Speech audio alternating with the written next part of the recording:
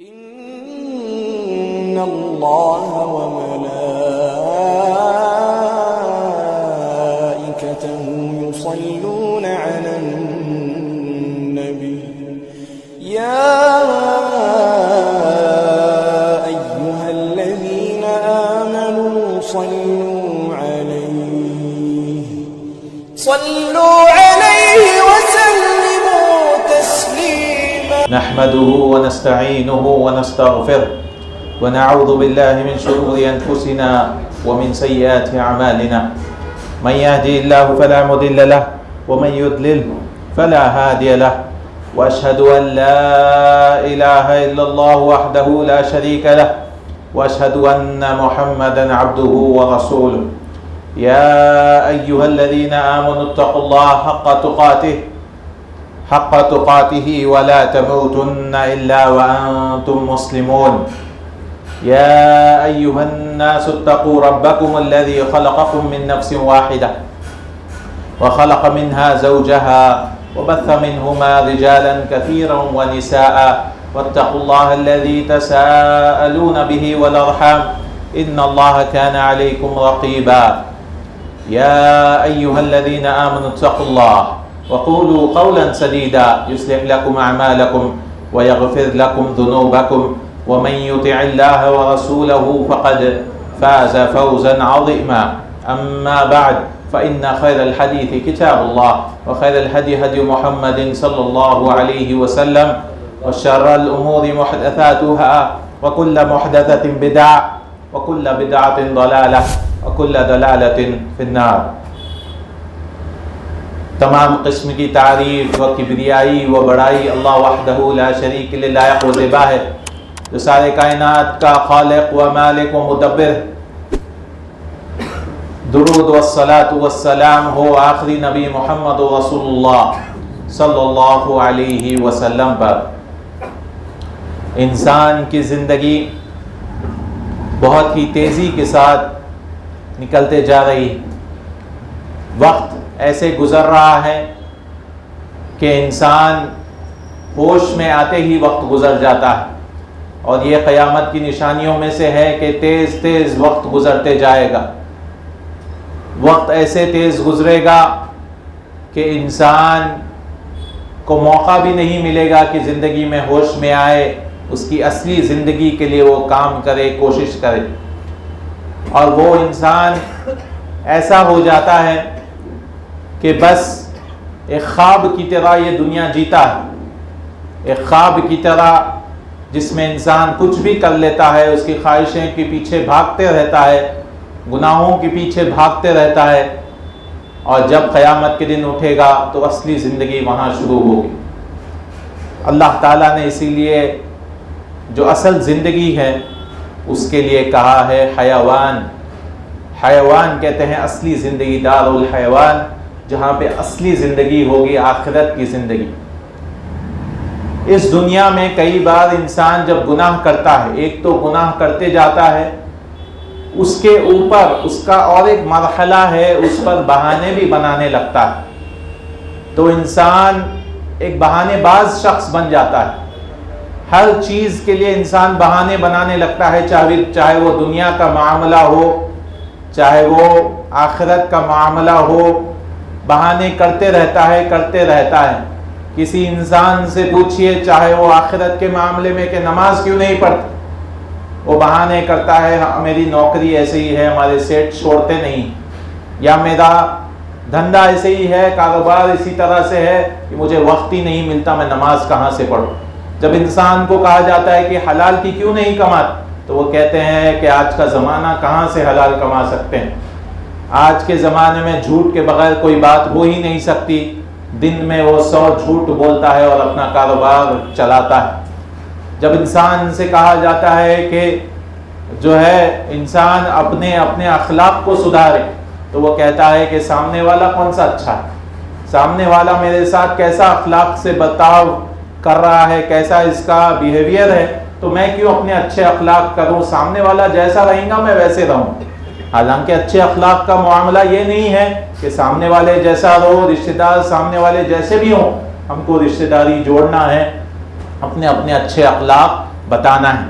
تو گناہوں کے معاملے میں بھی انسان کئی بار بہانے کرنے لگتا ہے، تو اس میں سے ایک بہانہ ہے تقدیر کا بہانہ انسان بناتا ہے۔ انسان کو کہا جاتا ہے کہ آپ ایسا ایسا عمل کیوں کرتے ہیں، یہ گناہ کیوں کرتے ہیں، تو انسان کہتا ہے ارے میری تقدیر میں لکھا تھا اس لیے میں کر رہا ہوں۔ چوری کرتا اور کہتا ہے کہ نہیں اللہ تعالیٰ نے لکھ دیا تھا تقدیر میں اس لیے میں چوری کر رہا ہوں، لیکن تقدیر کو بہانہ نہیں بنایا جا سکتا۔ یا انسان کو کہا جاتا ہے کہ دعا کریے، آپ کسی بھی چیز کے لیے سب سے بہترین چیز کیا ہے، دعا ہے، لیکن انسان کہتا ہے کہ بھی کیا فائدہ دعا سے، اللہ تعالیٰ نے تو تقدیر میں لکھ دیا، تو وہ کہتا ہے کہ فائدہ نہیں۔ اللہ تعالیٰ نے تو قرآن میں کہا وَإِذَا سَأَلَكَ عِبَادِي عَنِّي فَإِنِّي قَرِيبٌ، جب میرے بندے میرے بارے میں پوچھے تو کہہ دیجئے میں بالکل قریب ہوں، اجیب دعوت الداعی اذا دعان، اور میں جواب دیتا ہوں جو پکارنے والے کا جواب دیتا ہوں جب وہ پکارتا ہے۔ تو انسان جو ہے دعا کے معاملے میں جو ہے کوتاہی کرنے لگتا ہے، دعا کو قدر سے جوڑتا ہے۔ تو آج ہم انشاءاللہ ایسے ہی کچھ بہانے انشاءاللہ اس کے بارے میں ہم بات کریں گے۔ جیسے دعا ہے، ابن القیم رحمہ اللہ نے کہا کہ ایسا انسان جو دعا کرتا ہے اور کہتا ہے کہ اس میں کوئی فائدہ نہیں ہے، دعا کرتا ہوں لیکن کوئی فائدہ نہیں ہو رہا، تو ایسے انسان کو جاننا چاہیے کہ بھئی انسان کو بھوک لگتی ہے، پیاس لگتی ہے، تو اگر تقدیر میں ہوگا تو بھوک پیاس بھی مٹ جائے گی، اس کی پیاس بھی مٹ جائے گی، تو کھانا کیوں کھا رہا ہے وہ یہ عمل کیوں کر رہا ہے، یعنی مرضی میں جو آئے، جو عمل پسند آئے اس کے لیے وہ عمل کر لیتا ہے، لیکن جس عمل کے لیے وہ نہیں کرنا چاہتا ہے اس کے لیے تقدیر کا بہانہ ڈھونڈتا ہے انسان۔ اور دنیاوی معاملوں میں بھی انسان کئی بار تقدیر کے بہانے کرتا ہے۔ کسی سے پوچھیں آپ کماتے کیوں نہیں ہو، تو وہ کہتا ہے نہیں تقدیر میں رزق لکھا ہوا ہے، میری کیا ضرورت ہے کمانے۔ یا انسان کہتا ہے کہ نکاح کیوں نہیں کر رہے ہو، یا گھر میں بیٹیاں بیٹھی ہوئی ہیں، بیٹے بیٹھے ہوئے ہیں، کیوں نکاح نہیں کر رہے، جب رشتہ لکھا ہوا ہے، جب ہوگا تب کریں گے۔ تو تقدیر کے بہانے اس طرح انسان کرتا ہے، لیکن سبب بھی کوئی چیز ہے۔ تو ابن القیم کہتے ہیں ایسے لوگ جو ہمارے معاشرے میں اکثریت پائے جاتے ہیں جو جبری فکر کے ہیں، کیونکہ جبریہ ایک فرقہ نکلا تھا جو کہتا تھا کہ ہمارے ہاتھ میں کچھ نہیں ہے، ہمیں بس ایک پتے کی طرح ہیں، ہوا جہاں لے کے جاتی ہے ہم چلے جاتے ہیں۔ تو ہمارے معاشرے میں بھی کئی لوگ جبریاں ہوتے ہیں جو تقدیر کے معاملے میں غلو کرتے ہیں اور کہتے ہیں کہ تقدیر ہی سب کچھ ہے، عمل کا کوئی مطلب نہیں ہے، لیکن اپنے مرضی کا عمل کر لیتے ہیں وہ لوگ، کھانا پینا ہو، جو شوق کا عمل ہے وہ کر لیتے ہیں۔ جہاں عمل کی دنیاوی یا آخرت کا عمل کی باری آتی ہے تب تقدیر کا بہانہ بناتے ہیں، لیکن یہ بالکل ابن القیم رحمہ اللہ نے کہا بل ہم اضل، یہ ایسے گمراہ ہے جیسے جانوروں کی سے بھی زیادہ گمراہ ہے، ان سے بھی زیادہ گمراہ ہے، کیونکہ جانور جو ہے بھوک لگی تو کھانے کے لیے تلاش کرتا ہے، گھر چاہیے تو گھر بناتا ہے، ایک جانور نکلتا ہے جو اسباب کو اختیار کرتا ہے، ویسے ہی انسان کو اسباب اختیار کرنا چاہیے، لیکن توکل دل پہ اللہ تعالیٰ ہی دینے والا ہے۔ توکل کا یہ مطلب نہیں ہے کہ ہم گھر بیٹھ جائیں اور کچھ نہ کریں، عمل اختیار ہی نہ کریں، سبب اختیار ہی کریں، اس کا مطلب توکل نہیں ہے، سبب اختیار کرنا ہے، اس کے بعد جو ہے دل میں جو ہے توکل اللہ تعالیٰ پر ہی ہونا چاہیے۔ تو جانور بھی اس سے ایسے انسان سے بہتر ہے جو سبب اختیار کرتا ہے۔ تو ہر انسان جو ہے جب بہانے بنانے لگتا ہے تو یاد رکھیے قرآن میں ایسے بھی لوگوں کا ذکر آیا جو بہانے بناتے ہیں، جہنم میں جا کر بھی بہانے ماریں گے، جہنم میں بھی جا کے کہیں گے ارے اے اللہ ہم کو ہمارے بڑوں کو دکھائیے، ہم نجعلہما تحت اقدامنا، ہم ان کو اپنے پیروں سے روننا چاہیں گے، تو اپنے بڑوں کے اوپر الزام لگائیں گے کہ ہمارے بڑے ہم کو گمراہ، حتیٰ کہ ابلیس کو بھی پوچھیں گے کہ ابلیس ہم کو کیوں گمراہ کیا۔ ابلیس تو جہنم میں اٹھ کر خطبہ دے گا اور وہ کہے گا کہ میرا کام تو صرف بلانا ہوگا، میں نے صرف بلایا، آپ لوگ جو ہے آئے اور گمراہ ہوئے۔ تو انسان بہانے بازی کی وجہ سے انسان ہمیشہ جو ہے دوسروں پر ڈالتا ہے، ساری جو بھی مصیبت بھی آتی ہے ہم دیکھتے ہیں کئی بار تو لوگ کہتے ہیں ارے کسی نے بندش ڈال دی، کسی نے نظر لگا دی، بغیر کوئی دلیل کے، بغیر کوئی بات کے دوسروں پر ڈالتے، حالانکہ اللہ تعالیٰ نے کیا کہا کہ جب کوئی مصیبت آتی وَمَا أَصَابَكُم مِّن مُّصِيبَةٍ فَبِمَا كَسَبَتْ أَيْدِيكُمْ، اپنے گناہوں کی وجہ سے مصیبتیں آتی ہیں، اپنے ہاتھوں کے کرتوتوں کی وجہ سے مصیبت آتی ہیں۔ تو اب انسان اپنے گریبان میں جھانکنے کے بجائے دوسروں کی طرف ڈالنے لگتا ہے، چاہے کچھ بھی ہو جائے. انسان جو ہے کوئی بیمار پڑتا ہے تو کہتے ہیں کوئی نظر لگا دیے اس طرح سے. ٹھیک ہے، اگر مان بھی لیا ہے کوئی نظر لگا دیے تو دعائیں رسول اللہ صلی اللہ علیہ وسلم نے سکھائی ہیں. قرآن انسان کی تلاوت کرے یا گھر میں اگر لگ رہا ہے کچھ ہے تو سورۃ البقرہ کی تلاوت کرے، اس کا علاج ہو جاتا ہے. دوسروں پر ڈالیں گے، علاج بھی نہیں کروائیں گے، اس کا صحیح علاج جو شرعی علاج ہے وہ بھی نہیں کرائیں گے. بعض نے کہا کہ دعا مانگنا جو ہے صرف ایک تعبد ہے، ایک عبادت ہے، کہ بھئی ہم دعا کرتے ہیں بس عبادت ہے، لیکن اصل میں تو وہی ہونے والا ہے جو اللہ نے تقدیر میں لکھ دیا. یہ بالکل جھوٹی بات ہے. تقدیر کو بدلنے والی چیز کیا ہے؟ جیسے ہم آگے حدیث وغیرہ لائیں گے، دعا ہی ہے. دعا ہی ہے، تقدیر کو بھی بدل دیتی ہے ایسی دعا. تو گناہوں سے بچنے کے لیے انسان کو دعا اختیار کرنا چاہیے. تو یہ سبب ہے، اللہ تعالیٰ نے ہر چیز کے لیے سبب لگایا. کوئی انسان آگ میں کودے گا اور یہ نہیں کہہ سکتا کہ میں ابراہیم علیہ السلام کی طرح مجھے اللہ تعالیٰ نہیں جلائے گا. نہیں، یہ تو بس معجزہ تھا جو اللہ تعالیٰ نے دکھایا. آگ جلاتی ہے، یہ سبب ہے جو اللہ تعالیٰ نے دنیا میں رکھا. تو انسان جب سے سمجھ جاتا ہے تو ہر چیز کے لیے سبب اختیار کرتا ہے، پھر اللہ تعالیٰ پر توکل کرتا ہے. اونٹ کو باندھنا ہے ہم کو، اس کے بعد اللہ تعالیٰ پر توکل کرنا. نہیں، اونٹ تو اللہ کی ملکیت ہے، اللہ اسے بچا لے گا. رسول اللہ صلی اللہ علیہ وسلم نے کہا نہیں، اونٹ کو باندھو، سبب کو اختیار کرو. ویسے ہی گناہوں میں انسان جب بیمار پڑ جاتا ہے تو اس کو معلوم ہو جاتا ہے، ڈاکٹر بول دیتا ہے کہ یہ فلاں چیز مت کھائیے، آپ کی صحت کے لیے خراب ہے. تو کیوں نہیں انسان گناہوں میں سوچتا ہے کہ ہاں یہ گناہ سے جو ہے میرا ایمان خراب ہو جائے گا، یہ گناہ سے جو ہے میرا معاملہ بہت خراب ہونے والا ہے اللہ کے نزدیک. جیسے نظر نیچی کرنا ہے، نظر نیچی کرنا ایک ایسا، اگر انسان نظر نیچی نہیں کرتا ہے تو یہ ایسا تیر ہے جو ہے دل پر جا کر لگتا ہے، زہریلا تیر ہے جو وہ کوئی غیر محرم کو دیکھتا. کیونکہ رسول اللہ صلی اللہ علیہ وسلم کے پاس ایک نوجوان آیا، اس نے پوچھا کہ میں زنا کرنا چاہتا ہوں. رسول اللہ صلی اللہ علیہ وسلم نے سمجھایا اور کہا کہ کیا تمہارے گھر میں ماں ہے، بہن ہے، بیٹی؟ بہت طویل حدیث ہے، رسول اللہ بار بار پوچھتے جا رہے تھے. تو آج ہم یہی بات کہنا چاہیں گے کہ جس کی طرف آپ نظر ڈال رہے ہیں، اپنی نظر نیچی نہیں کر رہے ہیں، تو وہ بھی کسی کی ماں ہے، وہ بھی کسی کی بہن ہے، وہ بھی کسی کی بیٹی ہے، وہ بھی کسی کی خاتون ہے، کسی کی گھر کی عزت ہے. تو انسان نظر نیچی کیوں نہیں کر رہا ہے؟ اب اس کا اثر جو ہے اس کے اعمال پر آتا ہے. اس کی وجہ سے وہ نماز میں سجدے میں ہوتا ہے، وہ تصویریں اس کے دماغ میں آتی ہیں کیونکہ وہ چھپ جاتی ہیں وہ تصویریں، اور یہ بری نظر کے نتائج ہے. بری نظر کی وجہ سے انسان ایسے اعمال کرنے لگتا ہے. تو شروعات ویسے ہی ہوتی ہے. اور آج کل فونوں کے ذریعے سے انسان جو ہے کئی بار فونوں کے ذریعے سے اپنی نظر نیچی نہیں کرتا ہے اور کئی غیر محارم کے تصاویر وغیرہ دیکھتا ہے، اور پھر نماز میں، سجدے میں، تہجد میں بھی ہو وہ تصاویر اس کے سامنے آتے رہتے ہیں. تو انسان توبہ استغفار سے بھی محروم ہو جاتا ہے. ایسے خطرناک معاملہ ہے. نظر جو زہریلا تیر ہے جو اس کے دل پہ جا لگتا ہے، اس کی وجہ سے جو ہے اس کی دنیا اور آخرت دونوں برباد ہو جاتے. تو سب سے پہلے اس لیے اسلام نے کہا کہ پہلے صدمے پہ ہی، پہلی چیز سے ہی بچاؤ. الوقایۃ خیر من الشر من العلاج، کہ وقایا جو ہے بچاؤ کرنا ہے انسان. بعد میں جا کر علاج کرائیں گے، یہ سارے شہوات کا، سارے دل کے بیماریوں کا علاج، تو اس کا کوئی فائدہ نہیں ہوگا، کیونکہ پہلے ہی ہم کو بچانا چاہیے. تو یہ یاد رکھنا چاہیے، چاہے دنیاوی معاملے ہو چاہے آخرت کے معاملے ہو، دعا جو ہے سب سے بہترین اس کو رد کرنے والی چیز ہے، سب سے بہترین. اور یہ صحابہ بالکل سمجھتے تھے.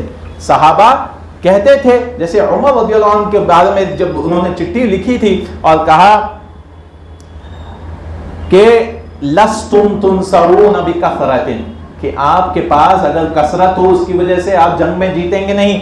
وَإِنَّمَا تُنصَرُونَ مِنَ السَّمَاءِ، بے شک آپ کو نصر آئے گی، اللہ تعالیٰ کی مدد آئی کہاں سے؟ آسمان سے آئے. اور عمر رضی اللہ عنہ ایک پیاری بات کہتے تھے دعا کے متعلق سے، انی لا احمل ہم الاجابہ، میں یہ نہیں فکر کرتا کہ میری دعا قبول ہوگی یا نہیں ہوگی، بلکہ یہ فکر کرتا ہوں ولیکن ہمت دعا، لیکن میں یہ فکر کرتا ہوں کیا میں نے وقت پہ دعا کی یا نہیں کی، کیا میں نے صبح شام کے اذکار پڑھے یا نہیں پڑھے. کیونکہ جب دعا کی توفیق مل جائے گی آپ کو، تب جو ہے انسان کا جواب بھی مل جاتا ہے. انسان کا فَإِنَّ الْإِجَابَةَ مَعَهُ، اس کا جواب بھی انسان کے پاس آ جاتا ہے۔ تو انسان کو ہمیشہ فکر رہنی چاہیے، جیسا کہ رسول اللہ صلی اللہ علیہ وسلم نے کہا کہ انسان کی چپل بھی اگر ٹوٹ گئے تو اس کے لیے بھی دعا کرنا چاہیے۔ تو گناہوں سے بچنے کے لیے ہم کیوں نہیں دعا کریں گے؟ فَمَنْ أُلْهِمَ الدُّعَاءَ فَقَدْ أُرِيدَ بِهِ الْإِجَابَةُ، جس کے لیے بھی دعا کا الہام ہو جائے، یعنی اللہ تعالیٰ اس کی توفیق میں لکھ دے، تو اس کے لیے جواب بالکل ہے، جیسا اللہ تعالیٰ نے کہا وَإِذَا سَأَلَكَ عِبَادِي عَنِّي فَإِنِّي قَرِيبٌ۔ اور رسول اللہ صلی اللہ علیہ وسلم نے کہا انسان سے آپ مانگتے جائیے تو انسان غصے میں آ جاتا ہے، لیکن اللہ کب غصے میں آتا ہے؟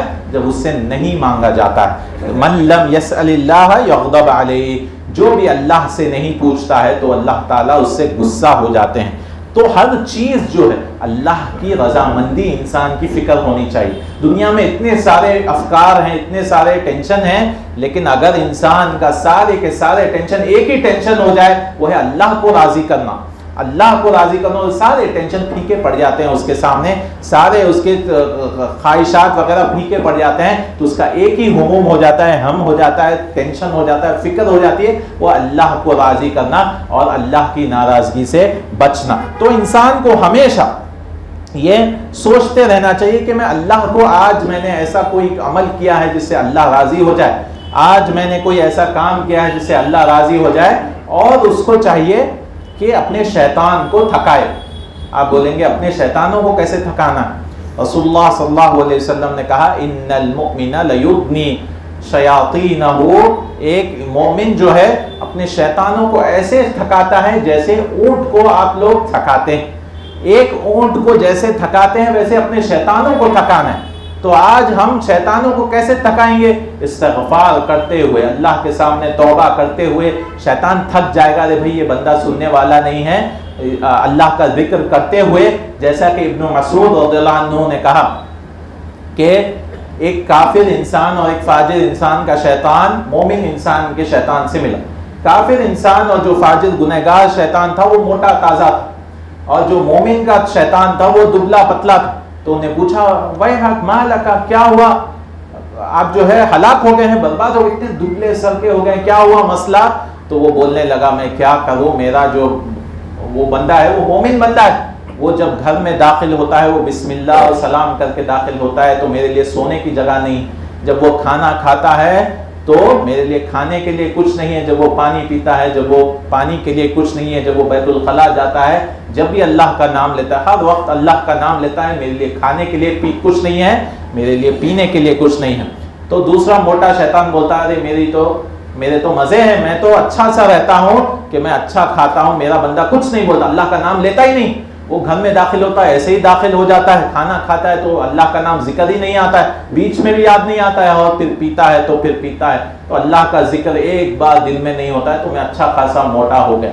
تو ابن مسعود، اور یہ صحیح روایت ہے صحابی سے یہ اثر ہم کو ملتا ہے، جس میں اپنے شیطان کو ہم کو تھکانا ہے اللہ کو یاد کرتے ہوئے، اللہ تعالیٰ نے ذکر کے تو انسان جب ذکر کرتے رہے گا تو گناہوں سے بھی بچتے رہے گا، اور وہ بہانے بازی سے بھی بچے گا کہ بھی میرے مسئلے سے میں جو ہے ذکر نہیں کر رہا ہوں اس لیے گناہوں کے خیالات آ رہے ہیں، میں اللہ تعالیٰ کا جو ہے کلام نہیں پڑھ رہا ہوں، قرآن نہیں پڑھ رہا ہوں، اس لیے جو ہے خیالات وسوسے وغیرہ شیطان مجھ پر حاوی ہو رہا ہے۔ اللہ تعالیٰ نے کئی جگہ کہا ہے وَمَن يَعْشُ عَن ذِكْرِ الرَّحْمَنِ، جو رحمان کے ذکر سے دور ہو جاتا ہے تو اللہ تعالیٰ اس کے لیے ایک شیطان مقرر کر دیتا ہے، یہ تو بندہ گیا ہے، اس کے لیے ایک اپوائنٹمنٹ ہو جاتی ہے ایک شیطان کی، وہ شیطان آ کر صرف بھٹکاتے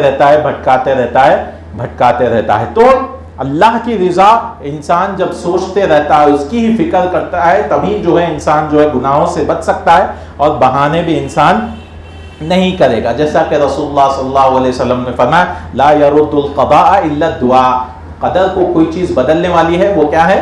وہ ہے صرف دعا۔ ولا يزيد في العمر الا البر، اور عمر اگر کوئی انسان بڑھانا چاہتا ہے تو وہ نیکی سے ہے، یعنی رشتہ داری جوڑنا ہے، انسان جب یہ کرے گا عمل تب جو ہے اس کے عمر میں بھی وہ ہوگی۔ تو آپ بولیں گے تو قدر تو لکھا ہوا ہے، اللہ تعالیٰ نے 50,000 سال پہلے قدر لکھ دیے تو کیا بدلے گا؟ دیکھیں قدر جو ہے کتنے قسم کی ہے، 4 قسم کی، جو لوح محفوظ میں ہے وہ نہیں بدلیں گے، لیکن اللہ تعالیٰ جو بچہ پیدا ہوتا ہے 4 چیزیں اس میں جب لکھا ہوا ہوتا ہے کہ فرشتوں کو لکھا دیا جاتا ہے کہ عمر ہی اس کی عمر کتنی ہوگی، اس کا رزق کتنا ہوگا، وہ نیک بنے گا یا برا بنے گا. 4 چیزیں جو ہے لکھی ہوئی ہوتی ہیں، تو وہ بدل سکتی ہے کہ چلو بھائی اس عمر میں جو ہے انسان کمائے گا مثلا 1 کروڑ زندگی بھر کمائے گا، تو اس نے رشتہ داری کو نبھایا، اس نے نیک عمل کیے، تو چلو 1 کروڑ 50 لاکھ وہ زندگی بھر کما لے گا. تو انسان کی جو رزق ہے اس طرح سے وہ بدلے گی. یا انسان کی جو سال بھر کی جو لیلۃ القدر میں نازل ہوتا ہے، تو فرشتے تو لکھ دیتے ہیں کہ یہ سال انسان جو ہے 20 لاکھ کمائے گا، لیکن نیکی کرنے کی وجہ سے انسان کی جو ہے عمر بڑھا دی جاتی ہے کہ انسان کی عمر جو ہے اس سال موت ہونے والی تھی، لیکن اس نے رشتہ داری نبھائی، لوگوں کے ساتھ اچھا برتاؤ کیا، تو یہ سال موت نہیں، اگلے سال پوسٹ پون ہو جاتی ہے. تو وہ سال بھر کا ہوتا ہے. یا جو ہفتے واری ہے اس میں بدلاؤ ہوتا ہے، جیسا کہ رسول اللہ صلی اللہ علیہ وسلم نے کہا منڈے، پیر کے دن اور جمعرات کے دن جو ہے اعمال کو لیا جاتا ہے، وہاں پہ ہفتے بھر کا بھی ریکارڈ مینٹین کیا جاتا ہے، تو اس میں بدلاؤ آتے ہیں. تو ہمیشہ انسان نیکی کرتے رہتا ہے، نیکی کی وجہ سے اس کے رزق میں توانگی آئے گی، رزق بڑھے گی اور اس کی عمر بھی بڑھے گی. اور ہمیشہ قرآن میں بھی دیکھیے کچھ بھی آپ آخرت کا ہو یا دنیاوی ہو، عمل کے ساتھ جوڑا گیا ہے. جیسا چور کو ہاتھ کیوں کاٹا جائے گا؟ عمل کے سبب سے. اور بما کنتم تعملون، قرآن میں ہر جگہ ہے بما کنتم تکسبون، جو بھی آپ کمائیں گے، جو بھی آپ عمل کریں اس کی وجہ سے جنت میں داخل ہو. انہم کانوا یسارعون فی الخیرات، اللہ نے انبیاء کے بارے میں کہا کہ وہ نیکی میں آگے بڑھتے رہتے ہیں. نیکی میں ہمیشہ آگے بڑھتے رہنا چاہیے. انسان کو اگر خیال بھی آیا کہ بھئی یہ میں نیکی کروں گا، تو اس کو دبانا نہیں چاہیے. ہمارے یہاں دبا دیتے ہیں کہ بھئی میری نیکی ہے کہ میں قرآن پڑھنا سیکھنا چاہتا ہوں، میں قرآن حفظ کرنے کا سوچ رہا ہوں، تو میں اس خیال کو ہی روک دیتا ہوں اتنی عمر میں کہاں ہوگی، میرے پاس استاد کہاں ہے، میرے پاس میں صدقہ کرنا چاہتا ہوں، میرے پاس پیسے کہاں ہیں. نہیں، اس کو بڑھانا چاہیے انسان کو، وہ نیکی کو، اپنے خیال کو، کیونکہ خیال کے لیے بھی ثواب ہے. انسان اگر نہیں کر سکتا ہے خیال کے لیے بھی اتنا ہی نیکی مل جائے گی. اور جب خیال آئے گا میں چاہتا ہوں کہ میں مسجد بناؤں، تو نیکی کا خیال تو کریں، سوچے تو اس کے بعد جو ہے اللہ تعالیٰ اس کے لیے اسباب بنا سکتا ہے. تو انسان جو ہے عمل کے ذریعے سے انسان آگے آتا ہے، نہ کہ بہانے سے. نہیں تو جیسا میں نے کہا تھا کہ انسان جو ہے صرف بہانے کرتے رہتا ہے، دنیا میں ہی بہانے کرتے رہتا ہے، دوسروں پر ڈالتے رہتا ہے، اور جہنم میں جانے کے بعد بھی دوسروں پر بہانے کرنے لگتا ہے، چاہے وہ ابلیس ہو، چاہے دوسرے جو ہیں ہمارے بڑے ہوں، ان کی وجہ سے ہم جو ہے گمراہ ہوئے. ہم گناہوں میں کیوں پڑے؟ کیونکہ زمانہ ویسا تھا. اے اللہ مجھے صحابہ کے زمانے میں بھیجنا تھا، میں اچھی نیکی کرتا تھا. ایسا نہیں ہونے والا. اور بندے بھی کہیں گے اور ایک بار لوٹا دو، ہم جا کر پھر نیکی کریں گے، ہم کو ایمان نہیں تھا، ہم کو علم نہیں تھا. بعض یہ کہتے ہیں جب گناہ میں پڑ جاتے ہیں کہ پہلے سے ہی پلاننگ کر لیتے ہیں کہ بھئی میں یہ گناہ کروں گا، اس کے بعد میں استغفر اللہ بول لوں گا، یہ جو ہے پھر اللہ معاف کرنے والا، اللہ تو غفور رحیم ہے. ایسی پلاننگ، ایسی تخطیط انسان نہیں کر سکتا گناہوں کے بارے میں. انسان اگر گناہ میں پڑ جائے تب جو ہے استغفار کر سکتا ہے. انشاءاللہ اسی کے بعد ہم ذکر کریں گے انشاءاللہ. اور اس کے بعد اپنی بات. یوسف علیہ السلام کے بھائیوں نے بھی ایسے ہی کیا تھا. یوسف علیہ السلام کے بھائی نے کہا پہلے یوسف علیہ السلام کو ہم کنویں میں ڈال دیں گے، بعد میں اپنے رب کی طرف پلٹ جائیں گے، بعد میں استغفار کر لیں گے. تو انسان ایسے نہیں کرتا.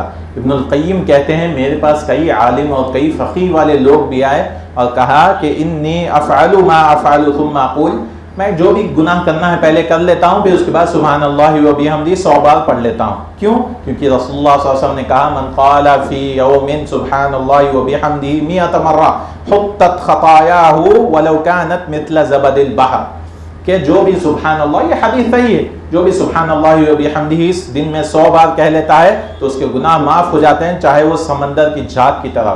یہ کب ہوتا ہے؟ جب انسان سچی توبہ کرے. ایسی نہیں کہ بھئی پہلے سے ہی انسان دل میں لگا لے کہ بھئی میں گناہ کر لوں گا اس کے بعد میں استغفار کر لوں گا. ایسا نہیں ہو سکتا، کیونکہ شیطان جو ہے استغفار سے بھی روک دیتا ہے، سچی توبہ سے. توبہ کا مطلب ہے پلٹنا. جب انسان گناہ میں پڑ جائے تب جو ہے توبہ کرنا چاہیے، تب جو ہے استغفار کرنا چاہیے. یہ نہیں ہونا چاہیے کہ پہلے سے ہی میں جو ہے کر لوں، اچھا یہ ٹائم پہ میں گناہ کروں گا اس کے بعد میں استغفار کرتے رہوں گا. بعض کہتے ہیں میں جو ہے عمرہ اور حج کے لیے چلے جاؤں گا گناہ کر کے، میں ان کا مال ہڑپ لوں گا، میں ان کا جو ہے جائیداد لے لوں گا، اس کے بعد حج کر لوں گا، عمرہ کر لوں گا اور سمجھوں گا کہ میری مغفرت ہو گئی. یہ بالکل دھوکے کی بات. تو یہ لوگ جو بھی رحمتوں کی آیتیں ہیں جو بھی اللہ تعالیٰ کی امید دلاتے ہیں اس پہ جا کر ٹک گئے ہیں، لیکن اللہ تعالیٰ نے کہا کہ اللہ تعالیٰ کا عذاب بھی بہت شدید. تو انسان جو ہے دونوں کے بیچ میں ہونا چاہیے. ایمان بین الخوف والرجاء، انسان کا خوف بھی ہونا چاہیے اور امید بھی ہونا چاہیے. خوف بھی ہونا چاہیے وہ امید بھی ہونا چاہیے. ابن القیم رحمہ اللہ اور کہتے ہیں کہ کچھ لوگ تو کہتے ہیں ارے گناہ نہیں کر رہے، ارے یہ تو غلط بات ہے، گناہ کرو اور کرو اور کرو، آپ اللہ کی رحمت سے مایوس ہو رہے ہیں. الٹی لوگ الٹی پٹی پڑھانا یہ بالکل غلط بات. اور بعض نے کہا کہ اللہ تعالیٰ کے سامنے تکبر کرنا ہے، گناہ نہیں کرنا. نہیں، ایسی بات نہیں ہونا چاہیے. انسان جو ہے گناہ میں اگر پڑ جاتا ہے، انسان گر جاتا ہے، تب اٹھنا چاہیے. جان بوجھ کر اپنے پاس جو ہے اپنے ہاتھ سے کلاڑی مارنا یہ بالکل غلط بات ہے. یہ نہیں کہنا چاہیے میں تو مجبور ہوں، میرے سے گناہ نہیں ہوتا. ہاں، جو انسان گناہ نہیں کرتا اس کو نیکی میں آگے بڑھنا چاہیے. انسان سے پوچھا جاتا ہے کہ آپ جو ہے تہجد کیوں نہیں پڑھتے؟ ارے میری نیند بہت بھاری ہے، میں نہیں اٹھ پاتا ہوں. مسجد کو کیوں نہیں آتے؟ ارے یہ مشغلے آتے. تو انسان بہانے بازی سے بچنا چاہیے، بہانے نہیں کرنا چاہیے، بلکہ یہ کہنا چاہیے ہاں میری یہ کمزوری ہے اور میں اللہ سے دعا کرتا ہوں کہ اللہ مجھے ہدایت دے یہ عمل کرنے کے لیے، تاکہ میں آگے جو ہے انشاءاللہ کوشش کرتے رہنا. انسان کوشش کرتے رہنا چاہیے. بعض لوگ جو ہے صالحین کے محبت میں عقیدہ خراب کر لیتے ہیں اور کہتے ہیں کہ بھائی آپ جو ہے نمازوں کو کیوں نہیں آتے، عمل کیوں نہیں کرتے؟ نہیں، ہمارے پاس جو ہے میں رسول اللہ صلی اللہ علیہ وسلم کا دامن پکڑ لوں گا، وسیلہ اختیار کر لوں گا. یہ بالکل غلط بات ہے. رسول اللہ صلی اللہ علیہ وسلم نے اپنی بیٹی کو بلایا، صفیہ رضی اللہ عنہ پھوپھی کو بلایا اور کہا کہ عمل کر لو، میں قیامت کے دن کوئی کام آنے والا نہیں ہوں. اور وہ آیتیں بھی پڑھتے ہیں کہ بھئی ان اللہ یغفر الذنوب جميعا، کہ اللہ سارے گناہ معاف کرنا. بالکل معاف کرنے والا ہے، لیکن کب؟ جب آپ صحیح توبہ کریں، جب اللہ کے سامنے قلب منیب، پلٹنے والا دل لے کے آئیں گے، تب جو ہے اللہ تعالیٰ جو ہے گناہوں کو معاف کرنے والا ہے. سچی توبہ کرنے کے بعد ہی معاف کرنے والا ہے. انسان مغالطے میں نہ رہے، غرور میں نہ رہے، دھوکے میں نہ رہے کہ اللہ مجھے معاف کر دے گا جو بھی ہو. ایسا نہیں ہونا چاہیے. انسان جو ہے ڈرتے رہنا چاہیے اللہ تعالیٰ کے عذاب سے. جیسا کہ عائشہ رضی اللہ عنہ نے پوچھا کیا لوگ جو چوری کرتے ہیں وہی لوگ اللہ سے ڈرتے ہیں، وہ مشفقون؟ تو رسول اللہ صلی اللہ علیہ وسلم نے کہا نہیں، بلکہ نیک لوگ جو عمل کرتے ہیں وہ ڈرتے ہوتے ہیں اللہ تعالیٰ سے. وہ سوچتے ہیں کہ اللہ میرے اعمال کو قبول کرے گا یا نہیں کرے گا. اور بعض کہتے ہیں کہ یہ جیسے عرفات کا روزہ رہ لیا ہمیں تو اس سے سال بھر کے گناہ معاف ہو جاتے ہیں، تو اب گناہ کر لو پھر عرفات کا روزہ رکھ لو یا عاشورے کا روزہ رکھ لو. ایسی بات غلط ہے، کیونکہ ہم جانتے ہیں گناہ جو تکفیر الذنوب ہے، کفارہ جو ہوتا ہے وہ چھوٹے چھوٹے گناہوں کے لیے ہوتا ہے. بڑے گناہ کے لیے انسان کو توبہ، جو کبائر ہے اس کے لیے توبہ کرنا پڑتا ہے کہ میں بڑے گناہوں سے بھی، ہاں حالانکہ نام نہ لے، انسان کو پلٹنا چاہیے کہ ہاں جو بھی میں نے کبائر کیے اس کے لیے میں توبہ استغفار کرتا ہوں. اللہ تعالیٰ نے کہا، آخری آیت پڑھتا ہوں میں، ان تجتنبوا کبائر ما تنہون عنہ نکفر عنکم سیئاتکم، کہ آپ کبیرہ گناہوں سے اگر بچ جائیں گے تب جو ہے اللہ تعالیٰ چھوٹے چھوٹے گناہوں کو معاف فرمائے. تو اللہ تعالیٰ سے دعا ہے کہ اللہ تعالیٰ ہمارے کبیرہ گناہوں کو اور چھوٹے چھوٹے جو صغیرہ گناہ ہیں اللہ تعالیٰ سب کو معاف فرمائے. اللہ تعالیٰ ہم سب کو توبہ استغفار کرنے کی توفیق عطا فرمائے. اللہ تعالیٰ ہم کو بہانے بنانے سے اللہ تعالیٰ ہم کو بچائے.